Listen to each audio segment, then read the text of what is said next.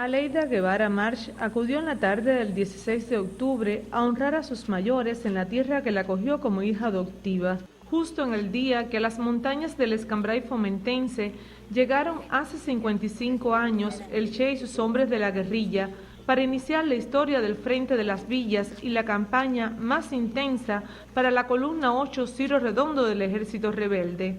Así, con esa vocación humanista que le acompaña, la hija adoptiva de Fomento se presentó a los niños de la escuela primaria Capitán Silverio Blanco en la comunidad intrincada de Manaca Ranzola.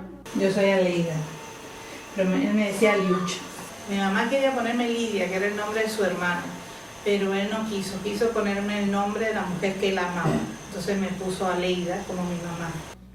A los pequeños les reveló también la inspiración de esa ofrenda que cada 28 de octubre le rinde el pueblo cubano al héroe de Yaguajay, Camilo Cienfuegos.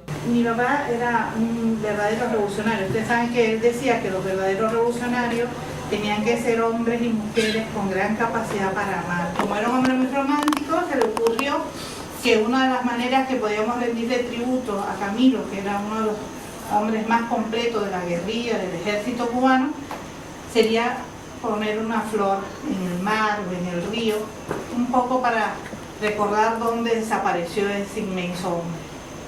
Y por eso uno de los pequeños recuerdos que tengo es que mi papá iba con Camilo y conmigo, con el que me sigue a mí, mi hermano se llama Camilo por Camilo Cienfuegos, íbamos juntos con él en el auto, él para el auto en el malecón de La Habana y nos bajamos a tirarnos una flor a Camilo. ¿Cómo surgió la amistad entre hombres de leyenda viva por siempre, como el Che y Fidel? Fue otra de las tantas confesiones que Aleida le hizo a los niños de la comunidad montañosa del Pedrero. Yo le digo a Fidel tío, toda la vida me crié de muy chiquita con él y fue como la figura paterna esta que me faltaba de alguna manera, ¿no? Y yo recuerdo que hace algún tiempo me reuní con él y yo le pregunté, tío, cuéntame alguna vez, alguna de esas discusiones que dicen que tú tuviste con mi papá algún día, ¿no?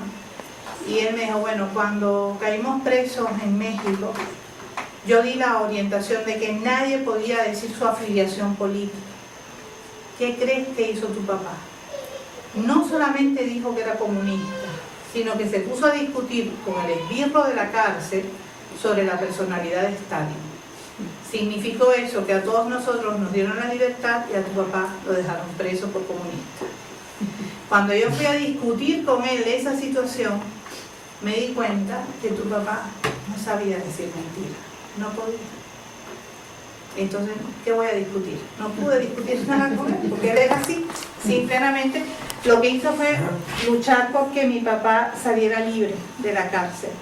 Y no se van en el Granma, fíjate, ellos podían poner en peligro todo lo que habían logrado para llegar a Cuba en el Granma. Y Fidel sacrifica todo por la libertad de uno de sus hombres, que en este caso era mi papá. Y ahí nace esa amistad indestructible, a pesar de los años, entre ellos dos. Nunca se perdió esa amistad. Y es por eso, porque mi papá reconoció, primero, un jefe militar único, que responde por cada uno de sus hombres, siempre. Y en segundo lugar, porque también vio la grandeza de ese hombre tan lindo que hemos tenido el privilegio de tener toda la vida nosotros, ¿no? Ser el papá mayor de todos nosotros.